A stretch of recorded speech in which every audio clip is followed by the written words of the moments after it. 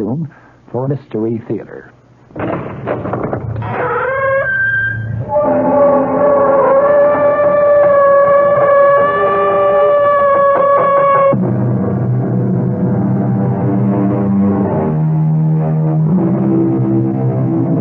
Come in.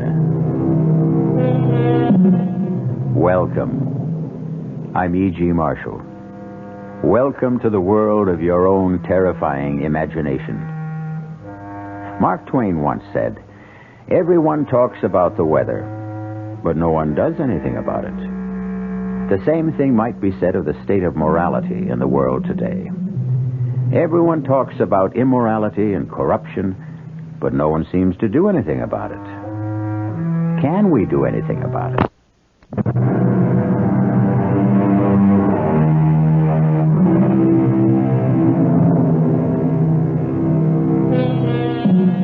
Prometheus' gift of fire to man was a blessing, bringing warmth, cheer, enabling man to cook his food, and also protect him from wild beasts. But along with the benefits came drawbacks. Fire proved to be destructive, and sometimes deadly, and man used it often to destroy. Thus was born the warning, "Don't play with fire." However, those who created one warning didn't follow their own advice, and they inevitably learned that they should have. Bob! Bob! Over here! Ava, I wired you not to meet me at the plane. I had to. Bob, I'm so glad you're here. Darling. I've missed you. Me too, darling. I know I shouldn't have sent you that silly cable, but, Bob, I am so frightened. It's all right now. It is all right. No, it isn't. I know how important your China trip was to you, but I had to bring you back. I tried to handle this myself, but it's Handle what? Not here. Let's have a cup of coffee and I'll try to explain.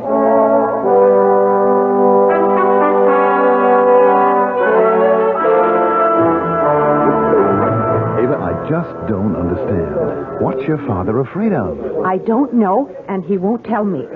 That's why I sent for you, Bob. Maybe he'll talk to you. You know, darling, if you were anyone else except the level-headed, beautiful girl that I'm going to marry, I'd say this whole thing was nonsense. You won't say it after you see Dad. You won't recognize him. Why, you mean he's changed physically? Not so much in appearance, but in his attitude. You know the way Dad was completely self-assured, positive. Yes, and sometimes wrong. Of course, who isn't? But you don't get to be the head of one of the largest corporations in the country by running scared. And, Bob, believe me, Dad's terrified. Can you picture Vern Marcus scared?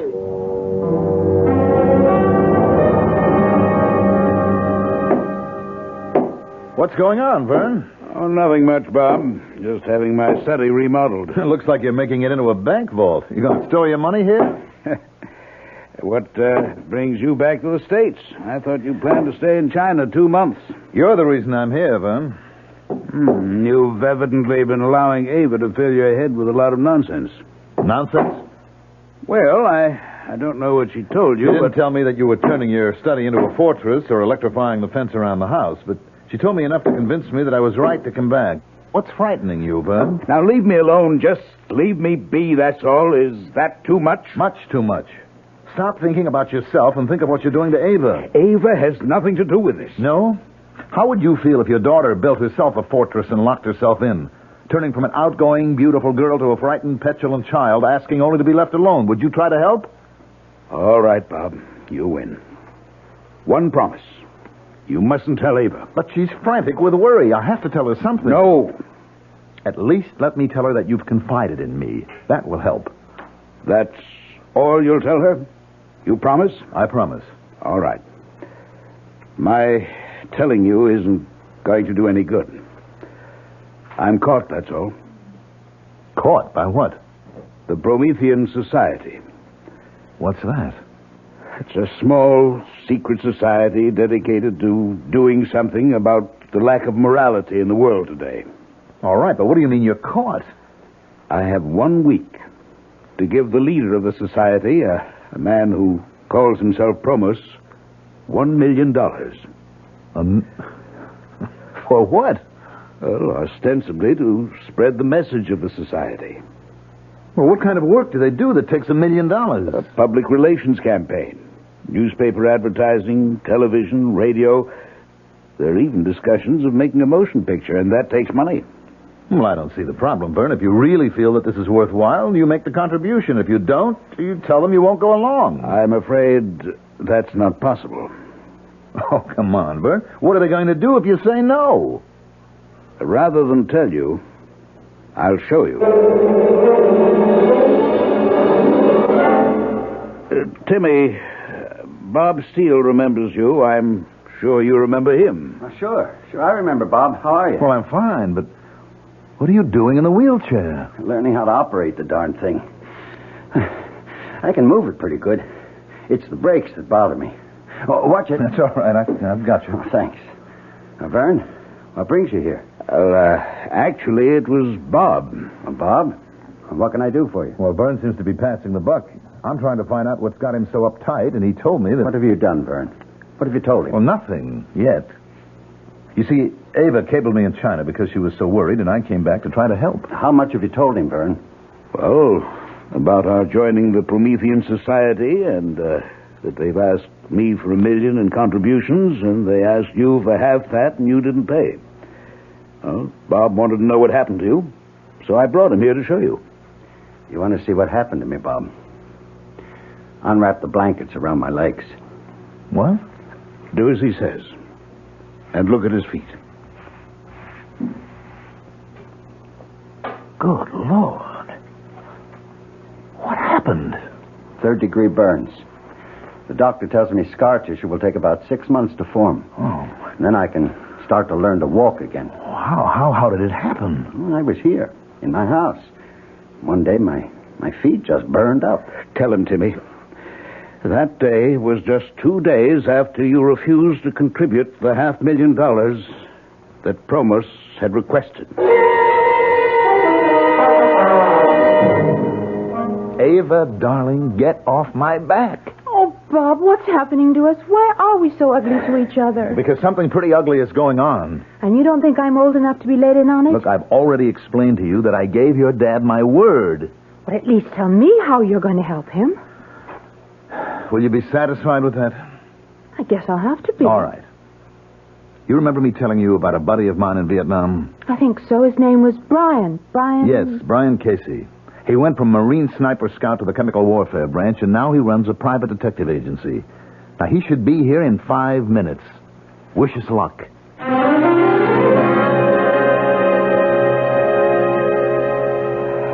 can't do it, Bob. I just can't.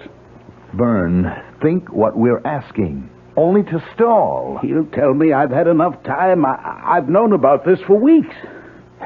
He's right, Bob. Look, Casey, I brought you here because I believed you could help. Now, if you're going to agree with him... Just stalling isn't enough, Bob. We've got to have a plan. And before I can even think of anything, I've got to see what this organization looks like and how it operates. I've told you, Mr. Casey. It's not good enough.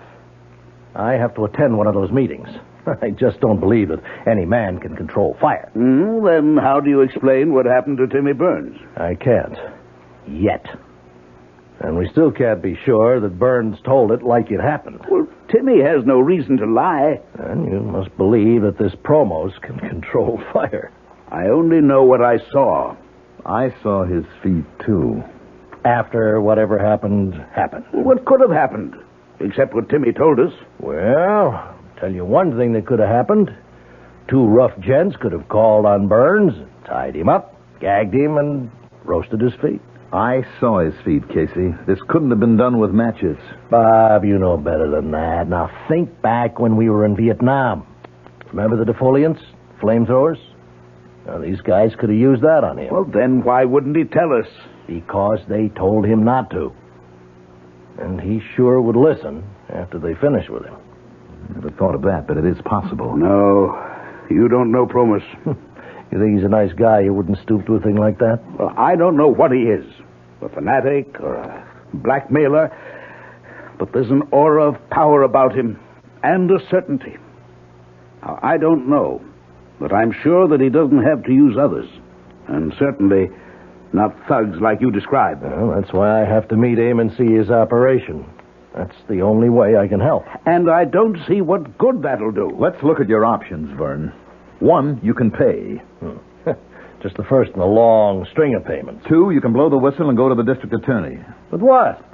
Tell him you joined the secret society willingly, that it's dedicated to restoring the moral tone of the world, and that you've been asked for a contribution. That's why I haven't considered the police. Or three, you can believe me when I tell you that Casey here is the toughest, most competent, and most highly trained private operative I know, in addition to being a buddy of mine from Vietnam. I'm not downgrading Casey. I just don't see what he offers.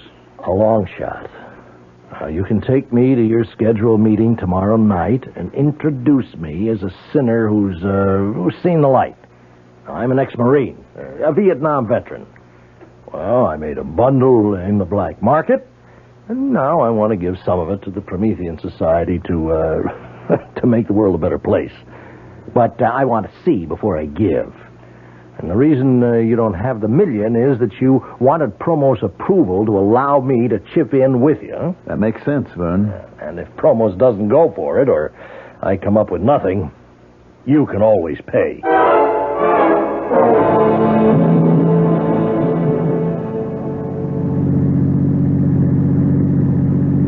How you feeling, Vern? Nervous. Very nervous.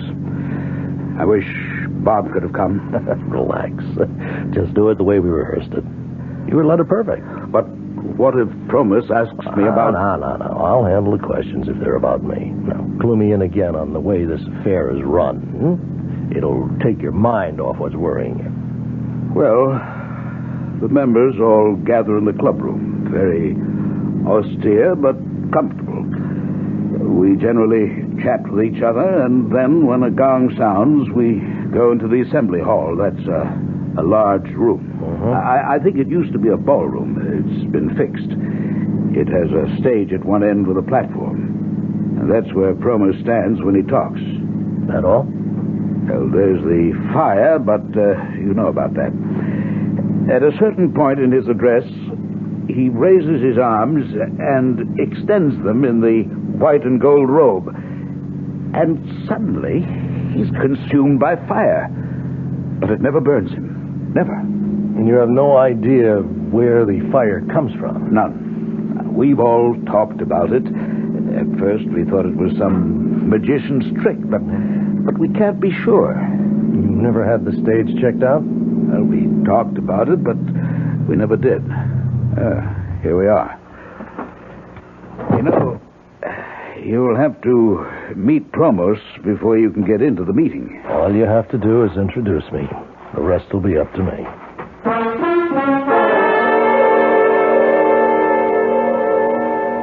So, you would like to join the Prometheans, Mr. Casey? Well, that's why I'm here. Now, what's with this bit about taking your shoes off? If and when we accept you, we'll explain our rituals. But we do not allow you into the inner chamber with your shoes on. What do you know about the Prometheans? Well, only what Vern Marcus told me. And what was that? Well, it was pretty general that you were an organization doing something about the shocking philosophy in our contemporary society that anything goes as long as it makes a buck. Now, why do you feel so strongly about it? Atonement. Atonement? For what? For my sins. This is not a confessional, and I am not a priest, Mr. Casey. We're engaged in a very secular battle here against the forces that have distorted and corrupted the moral values all over the world. And we intend to use the very same instruments that did the corrupting. Well, I apologize, but I wasn't being flip. Maybe Vern told you I was in Vietnam in the Marine Corps. I know this isn't a confessional, and you're not interested in my life story, but I made a fortune then. Opium? No, not quite that bad. Black market. I sold everything I could get my hands on. Yes. Well, while I'm greatly flattered that you want to join the Promethean Society, I'm sure you're unaware of our admission procedures.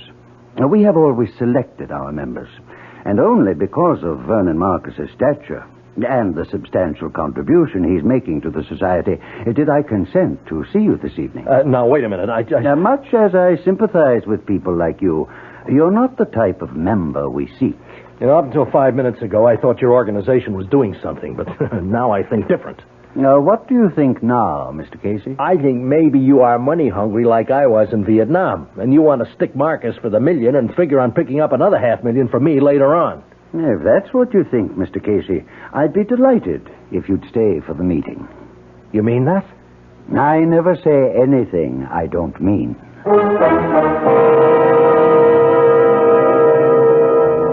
The world is made up of believers and non-believers. The two disparate groups argue about anything and everything, from the existence of ghosts to the importance of dream research. But few of the arguers ever get down to gritty reality. In just a moment, Brian Casey will see for himself the existence and power of Promethean fire as controlled by Promos when we return with Act Two.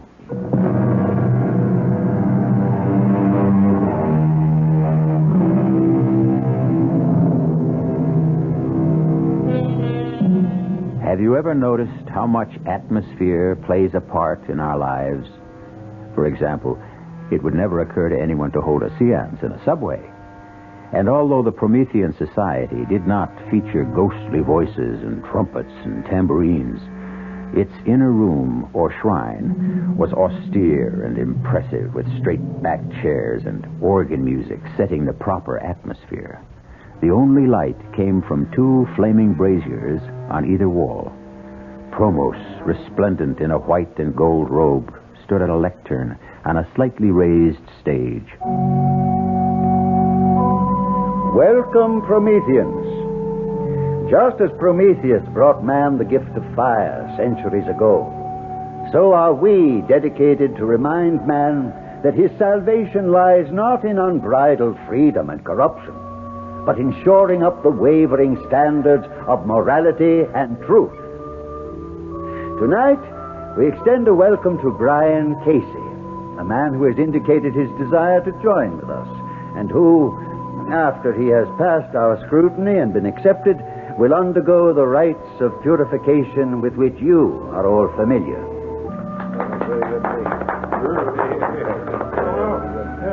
You have a question, Mr. Johnson? I do. As everybody here knows, I'm a businessman, and like everyone here, I joined this society with very high hopes. Yes, Mr. Johnson. Well, put it bluntly, hopes haven't been realized. Could you be more specific? Well, we all know it takes money to mount a campaign of the proportions you outlined to us, and we all contributed at the onset. Now, some of us have made further and exceedingly generous contributions, and I still haven't seen anything that, in a business sense, would justify these outlays. You are asking for an accounting. Well, I'm asking for some sort of indication that something's being done. You ask for a sign, a hopeful sign, which you expect to find on the page of a ledger. No. And you shall have it. Deucalion, bring Mr. Johnson the ledger. No, I didn't mean to imply that... Hand it to him, Deucalion. Look, Promos, I didn't mean to upset you. I only asked, as any businessman would ask, to get some idea of where the money... Take it. Well, now, look, this is ridiculous. Do you want me to look at it now? Yes, take the ledger. And now, Prometheus, O fire-bringer, give our friend a sign. A sign, O fire-bringer, a sign. The ledger's on fire. Drop it, Johnson, drop it! Fear not. We are all safe. None of us has transgressed. I now call upon Prometheus for another sign.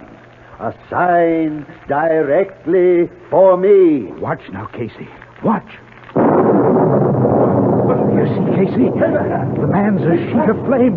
He should be burned alive. But he'll emerge unharmed when the flames die down. It's a miracle, Casey. It's impressive, but I don't believe in miracles.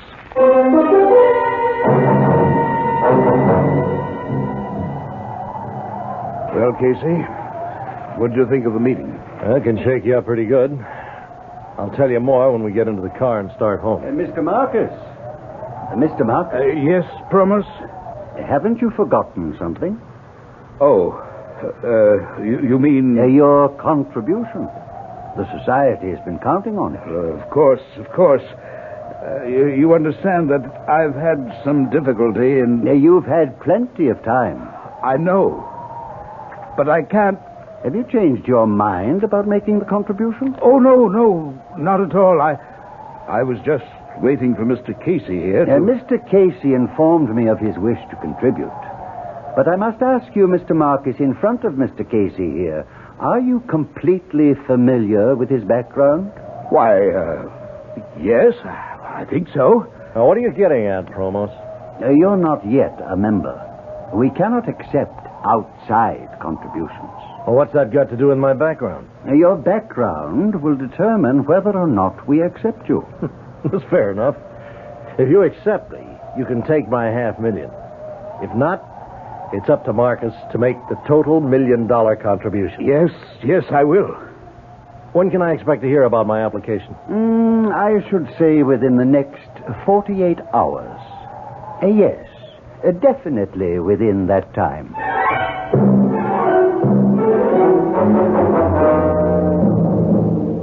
Well, now that we're back home, Casey, what do you think? Phony is a $4 bill. Well, what do we do?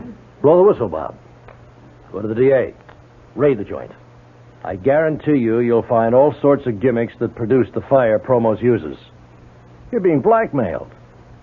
You don't want to give the Promethean Society $1 million, do you? No. Yeah, but you're afraid that if you don't... Stop right there. Now, you saw what happened to Timmy Burns. That's what I'm afraid of. Do you have any explanation as to how Timmy's feet were so badly burned? Oh, not at the moment. I thought I did when we were made to bathe our feet in water at the purification rites, but my theory was wrong. What did you think it was? I thought, Bob, there might be some delayed action chemical in the water which might have caused the burns. But I checked my feet after I got home. Nothing. Just plain water. Well, what's the next move, then? Now, before we talk about any next moves, I need a straight answer to two questions. One, can either of you guarantee that nothing's going to happen to me? Two, if we call in the police, can they give me the same guarantee? The answer to both questions must be no. Casey, thank you for your trouble. I'll send you a check. It's been nice to meet you. Goodbye. Now, wait a minute, Vern. You haven't heard... I've heard all I need to. It's not your skin that's in danger of being charred. Neither of you have anything to risk. I've made my decision. I'm going to pay.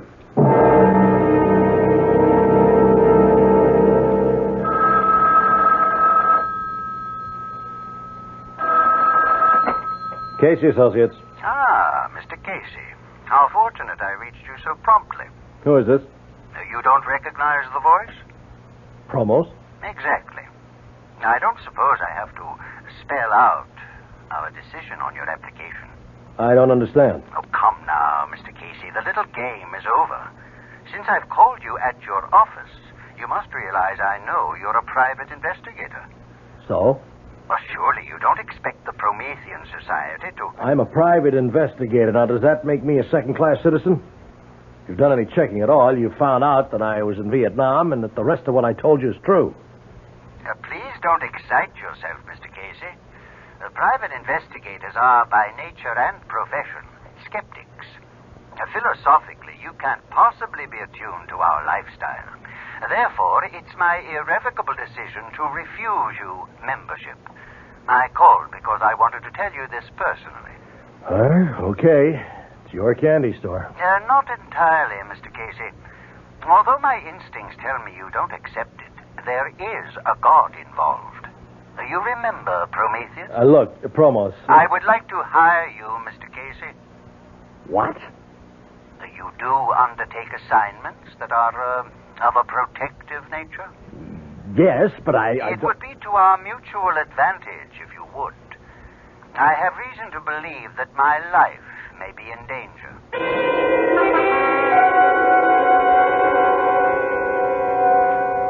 Are you willing to work for me? You'll be wasting your money. It's my money. Well, I'll think about it. Now, while you're thinking, consider the fact that if you were really serious about wishing to join us, You might be doing me an even larger service by keeping me alive so that the work of the society can go on. It's a good point. As I said, I'll think about it. Good, Mr. Casey.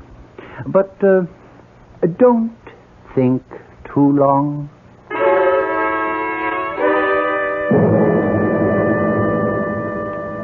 I'll tell you, Mr. Marcus, he's getting nervous. Otherwise, he'd never have tried to hire me. Maybe it's true. No way. Promos needs protection as much as an intercontinental ballistics missile. You agree with me, Bob? Well, it looks that way. Well, I don't see how it changes my situation. I still have 24 hours to pay. Correct. But if he's running scared, and it looks like he is, then he's got something to be scared about. Look, he's very big on Greek mythology with all this Prometheus stuff, but he's got to have an Achilles heel somewhere, and he's afraid we might find it. Excuse me. Hello. Good evening, Mr. Marcus. I'm not taking you away from anything, am I? Oh, nothing important? Fine. I called to ask if you were aware that the guest you brought the other night was a private investigator. You mean, Brian Casey? Yes. Well, does that disturb you? Somewhat.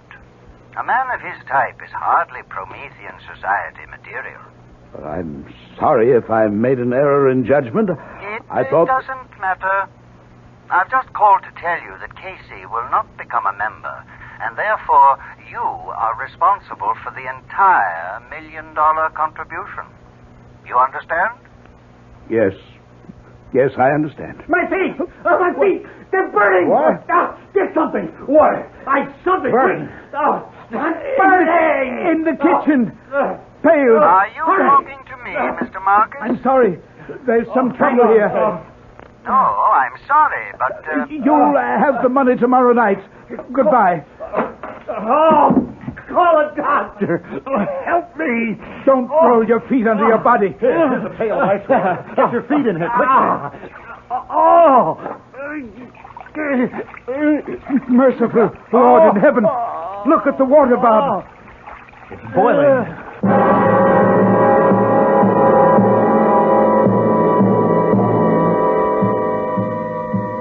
What can turn a pail of ice water into a bubbling cauldron?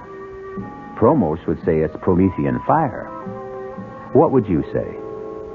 What would you do if you were in Vernon Marcus' shoes? We'll be back shortly.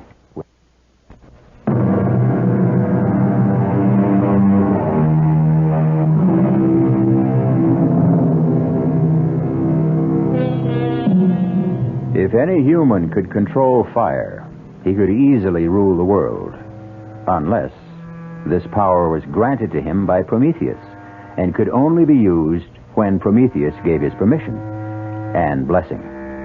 That is the claim of Promos, the head of the Promethean Society.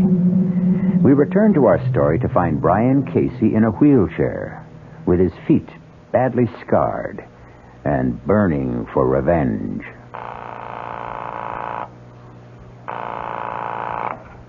Hello? Bob? Casey, where are you? I'm at my office. But your feet... I'm in a wheelchair. Now, they tell me I'll be back walking in less than 3 months. You've got to do me a favor. Of course. When's the next meeting of the Promethean Society? Now, look, Casey, I don't want to interfere, but don't you think you ought to lay off now? Tell me. Then I'll ask you the favor. The next meeting is this Friday night. Did Marcus pay the $1 million? He's handing it over tonight. Where? Well, I don't know, but... Listen closely. I want you to persuade Marcus to invite Promos to a big shindig at his house tonight. I don't know whether... It shouldn't be too hard, but it's vital. Now, why wouldn't a guy come to a party to pick up $1 million? Casey, you ought to know better than anyone that Promos isn't just a guy. We both know he likes money. Now, Marcus can say that he wants to make a big publicity deal out of the party. There'll be a lot of tycoons there. Now, it'll be an opportunity for Promos to meet them. Some of them should be interested in the Promethean Society. And think of the impression it'll make when Marcus hands over the $1 million. Well, it's a point. It'll work. And think of the impression Promos will make when he shows up in his robes. Why would he wear the ceremonial robes? Because they're impressive, because he's a ham at heart, and because he has to for my plan to work. Your plan? What plan? It's better that you don't know, in case something goes wrong. Look, Casey, you're asking to use Vern's house, and... I give you my word Vern can't get into trouble. Now, you've got to make the shindig come off. Why? What's so important about Promos coming to a party? Because after he gets there, you're going to spill a glass of whiskey over those ceremonial robes.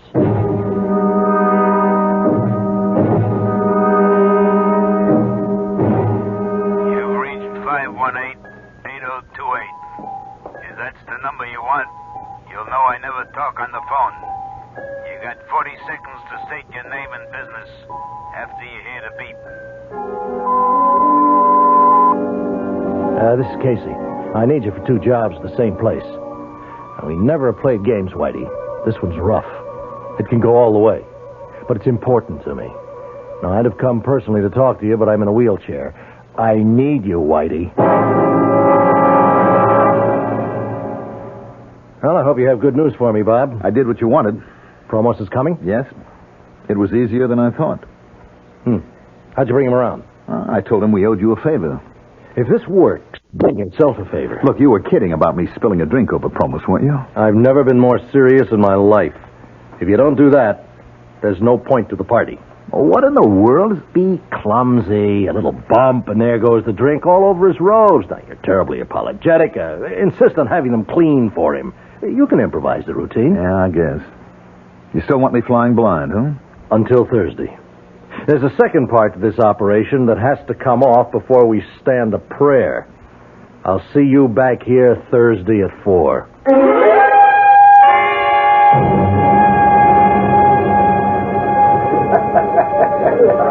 Bob? There's something very strange about this party. Nonsense, darling. I'm having a ball. Well, who's this Promos? Oh, he's quite a guy. Does he have anything to do There with... you are, darling. Enjoying the party? Oh, excuse me, Vern. Ava, do you want a drink? No, thank you. And you don't need another either. Honey, we're not married yet. Dad, Yes? I want to talk to you about this party. Later, dear, after it's over. Where did you meet this man, Promos? Now, please, this isn't the time to... Well, he's the one who's been giving you the trouble, isn't he? I've told you, Avie, this is the wrong time for me to explain. You'll tell me later? If I can. Ava, darling, you don't know what you're missing. This bartender really knows how to mix a drink.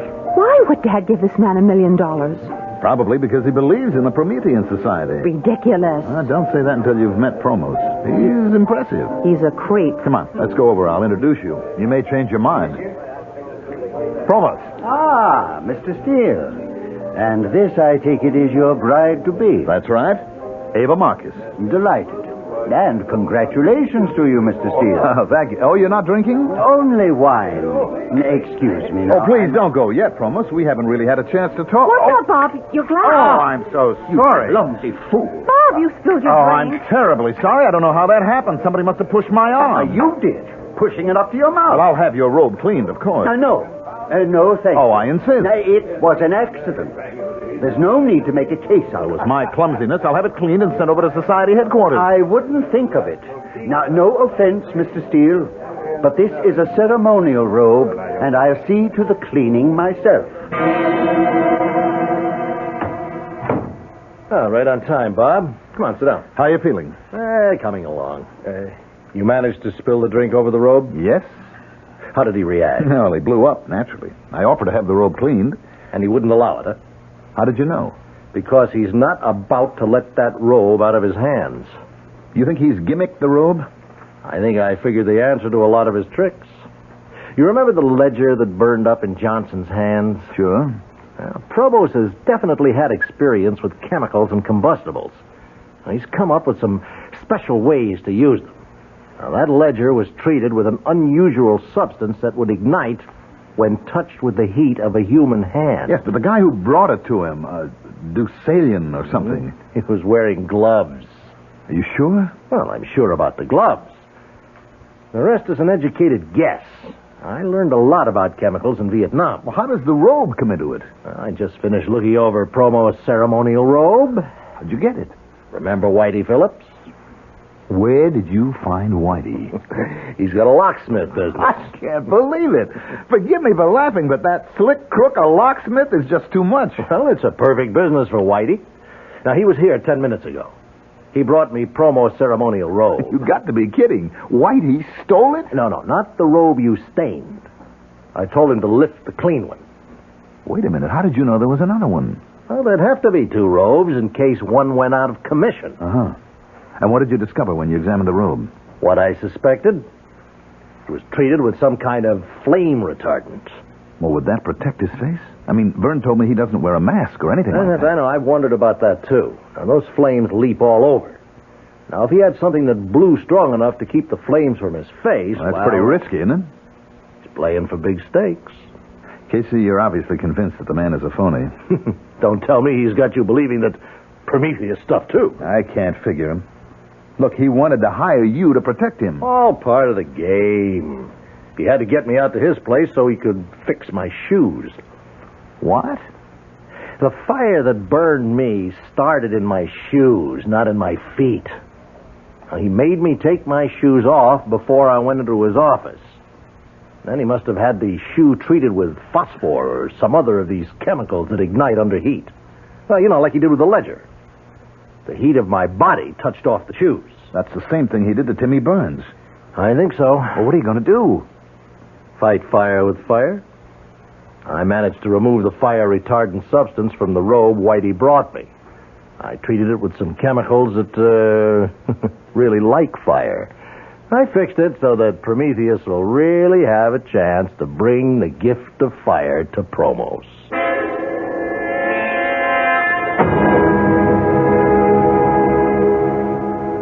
Whitey made it. Are you sure?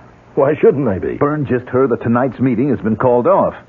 Any reason given? No. Another date set? Indefinitely postponed. Now, do you think maybe Promos suspects something? I know, we've got to trust Whitey. Why would Promos call off the meeting? Well, maybe he's packing in the entire operation. With Marcus Million, he may figure he's had it. Now, that leaves us up the creek. Only one option. We have got to get that meeting rescheduled.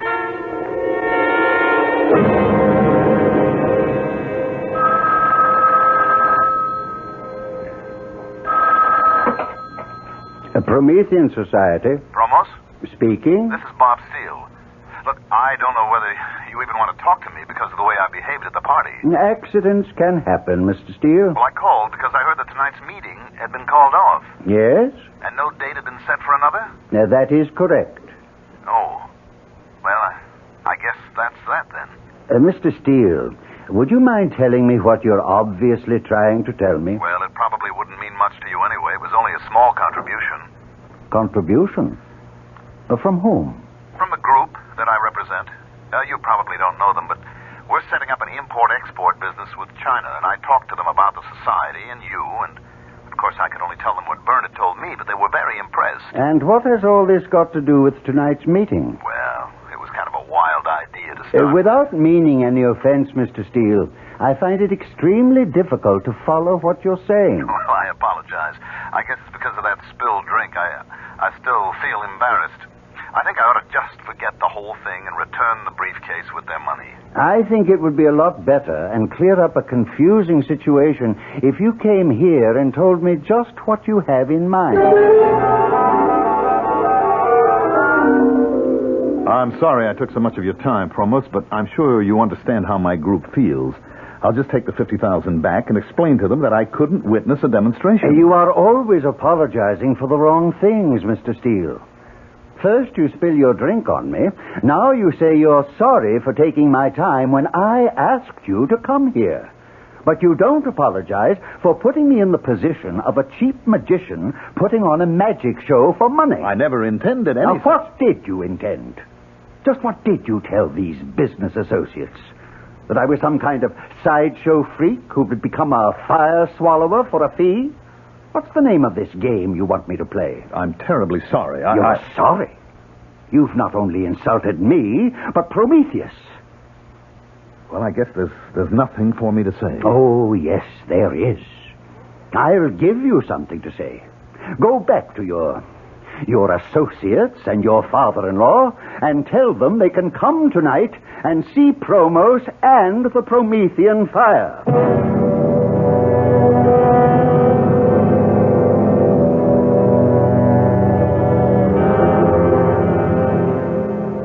I don't like it. What's going to happen? At this point, I don't know. Well, what did Casey say when you told him how Pumas reacted? Good evening.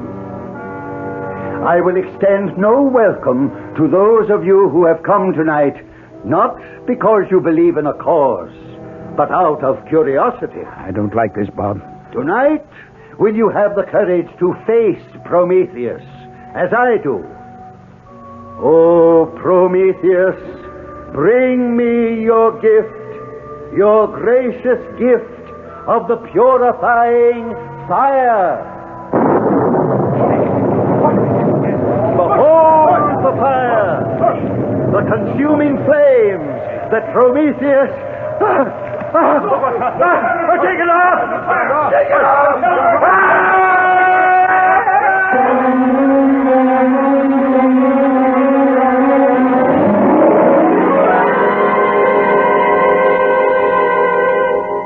Those who live by the sword die by the sword. The man who called himself Promos, who lived by fire, died by fire. A flaming, horrible death. A warning to whom? To criminals, and perhaps a warning from Prometheus not to misuse the gift he brought mankind. I'll be back shortly. Our cast included Julie Newmar, Mandel Kramer, Earl Hammond, Guy Sorrell, and Sidney Walker. The entire production was under the direction of Himan Brown. Radio Mystery Theater was sponsored in part by Sign-Off, the Sinus Medicines, Anheuser-Busch Incorporated, Brewers of Budweiser, and the Kellogg Company, makers of Kellogg's Special K cereal. This is E.G. Marshall inviting you to return to our Mystery Theater for another adventure in the macabre. Until next time, pleasant dreams.